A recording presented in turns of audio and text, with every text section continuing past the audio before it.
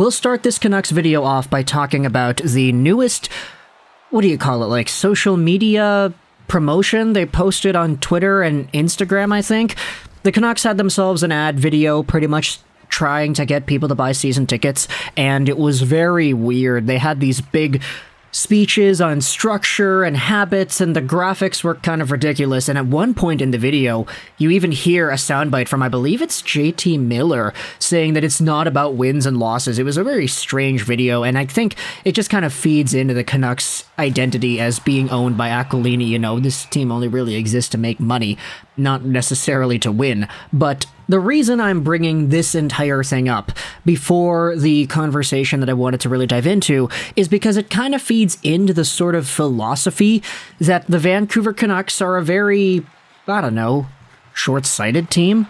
Today we're talking about a forward on the Calgary Flames and the idea that the Vancouver Canucks might try their hand at trying to sign this guy in the offseason. It's a name you're probably super familiar with, especially if you've been a Canucks fan from 2011 and beyond, and even earlier so if you've been watching the Vancouver Giants do their thing back in the mid-2000s. Today we're talking about Calgary Flames forward Milan Lucic, as his $5.25 million AAV salary, which is actually $6 million, but there was salary retained on that, is finally expiring this offseason after being initially signed in 2016.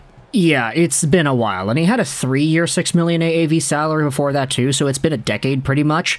But the reason we're going over Lucic is because earlier from the Sekeres and Price show, you had yourselves Rick Dhaliwal kicking around the idea of the Vancouver Canucks signing East fans Milan Lucic this summer for some toughness. There also was a conversation about potentially bringing back Troy Stecher, and we had already made another video talking about that idea. It's one that I really like, so Patrick Alvin, if you're listening, which you shouldn't be, because why the heck are you listening to YouTubers dissect your hockey team? But if you are listening, please sign Troy Stecher. Maybe or maybe not try to sign this player, though. Let's go over Milan Lucic and talk about his body of work as a Calgary Flame. He's 34 years old, 6'3", 231, a left-handed left-wing guy, and everybody kind of knows that Lucic is a big, strong, rough and tough player. He had been that way ever since he was drafted by Boston back in 2006, and as a member of the Bruins, he maxed out as a 60-point guy, Stanley Cup champion caliber guy. We all know that Lucic had a pretty storied career as a top 6 forward on that team. He was traded to LA. There were a few draft picks in there, and it was a pretty big deal back when it happened because it led to the Bruins getting 3 first-round picks in a row back in 2015.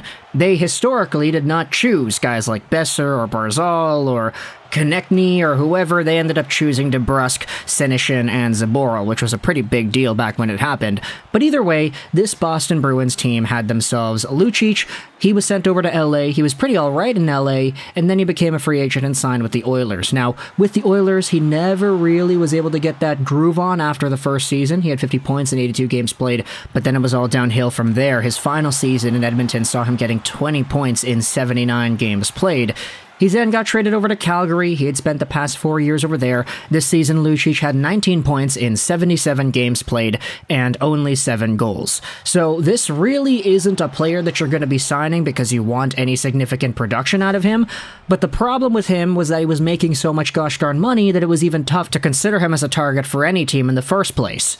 Now, as a free agent, he's going to probably get a lot less than $5-point-something million, $6 million a season, so if he does decide to come home to Vancouver, this would be a pretty interesting homecoming. Now, what I also wanted to do was go over to some of the conversations going out about this, because Grady, who I believe does production on Sekeres and Price, went out there and tweeted this. I know a lot of Canucks fans wouldn't want it, but I could totally see this regime and Talkit wanting to bring Luch home. They don't really care about 2011, nor should they. If the price is right, aka super cheap, his toughness, forechecking, and wall play would add elements they lack in. Then you have a bigger conversation going around here. Riot Survivor replies, hey, isn't he like the slowest skater in the world? Cole says this, it doesn't really matter if he's a slow skater, he can pop 30 points a season and delete people. As long as he's cheap, I'm in. Then the reply is, what if he's a ridiculous defensive liability? Grady then replies once more, then you put him on waivers and bury the contract. Does it matter if he's making less than $1 million? Why sign him if we're just going to put him on waivers? We already know he's slow and bad defensively and takes a lot of penalties. Grady then replies saying this: "You don't know that yet. Rick Tocchet wants heavier and board battles, which Milan can do. He's not playing more than 10 minutes a night. He can also push other guys on the roster to compete harder and show them the ropes. Nothing wrong with a cheap veteran presence." And, I understand this point of view. I definitely do think it's worth it to consider presence and leadership and guys who know what it takes to win coming in here and showing your other guys what it takes to be that winning type of player. It's just, this is one of those moves where it's like, you kind of have to think, okay, who on your roster are you not going to give a roster spot to if you bring Milan Lucic in? Who on that winger spot is not going to have the opportunity to play because Milan's playing 82 games in a season instead? There are some other younger guys that I think it probably would be a little bit smarter to develop in NHL positions, even if it's at the bottom of the lineup. We'd seen guys earlier this season, like Nils Åman, for example. He produced pretty well, and he actually got better as the year went on. Dakota Joshua, you could say the same thing about him. The point is, there are spots for younger guys to come into the NHL and have opportunities to improve. And we had seen that this past season. What happened to the guys that were a little bit older and not necessarily too young? They got traded away. Curtis Lazar, gone over to New Jersey. And what happened instead? You had other guys come into the lineup, replace those minutes, and actually look pretty good on top of that. I don't want to go out there and say I'm the biggest fan of Jack Studnicka in the world, but he's sort of improved as well. Next season, when you got guys like Höglander and Podkolzin hopefully transitioning back into full-time NHL players, you want them to take that next step.